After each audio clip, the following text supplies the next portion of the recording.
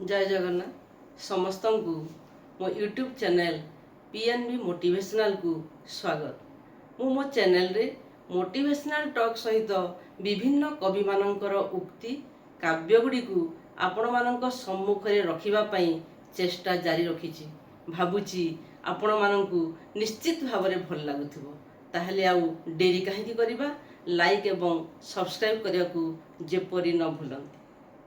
तो आरंभ करिबा आजिर विषय वस्तु तुलसी दुई पत्रु बासी। जुगे जुगे मानव समाज मध्यरे बहु पुण्यात्मा करितकर्मा जोग जन्मा महापुरुष जन्म लाभ करी निजस्व प्रतिभा और मोहनीय आदर्श रे विश्ववासी को अनुप्राणित करिसंती। शैशवरु ही सेमानंक सुगुण सुरभि विकसित होइथाए। अतएव जो व्यक्ति भावी जीवन रे यशस्वी और विख्यात होती सेमानंकर शैशवीय कार्यकलापरू ताहा जना जाइथाए। एही सत्य प्रत्येक श्रेणीर महापुरुषंक बा विशिष्ट व्यक्तिंक जीवन चरित पर्यालोचनारू उपलब्ध हुए।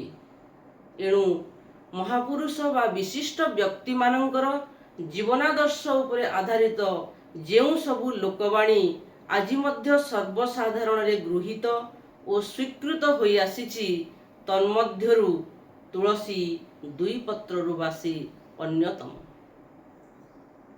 पृथ्वी पृष्ठ रे आमे अनेक वृक्षलता देखु। तन्मध्यरु उपकारी और दरकारी वृक्षलता केतेक आंभ मानकर अधिक आदरणीय अटंती। सेही आदरणीय वृक्ष मानक मध्यरु तुलसी वृक्ष अन्यतम। अंकुरोद्गम हेबा परे तुलसी प्रथमे दुईटी पत्र धारण करिथाए। एणु दुई पत्र एहार बाल्यावस्थार प्रतीक। एही अवस्थारु ही तुलसी पत्रर महक चतुर्दिगकु संचरित होइथाए। बाल्यावस्थारु एहार सौरभ विच्छुरण फलरे तुलसी दुई पत्रु बासे उक्तिर यथार्थता प्रतिपादित हुई।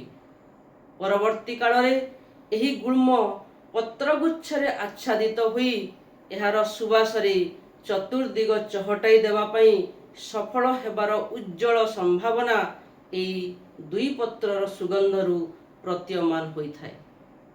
एही उक्तिर अंतर्निहित तात्पर्य महापुरुष मानक जीवनी सहित संपर्कित।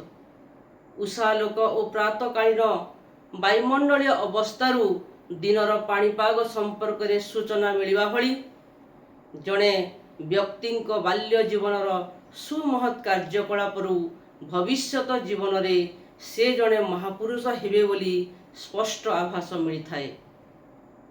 महान व्यक्ति और महापुरुष मानक जीवनी पर्यालोचना कले आमे एही उक्तिर यथार्थता प्रमाण करि परिबा। एथिपाई ध्रुव प्रहल्लाद नचिकेता बुद्ध शंकर महावीर विवेकानंद श्री राम शर्मा चैतन्यक जीवन चरित प्रणिधान योग्य। पृथ्वीर बड़ बड़ वीर मानक जीवन इतिहास चर्चा कले आमे जानी परिबा जे भविष्यत जीवन रे समाने महावीर हेबे बोली सेमानंकर बाल्य बयसर पराकाष्ठारु ही प्रतीयमान हेउथिला।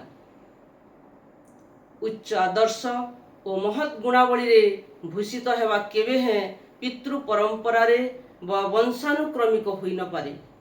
परिस्थिति और परिवेश रु मनीष बहु शिक्षा लाभ करी निज जीवन धारा को तदनुजाई परिचालित करिथाए।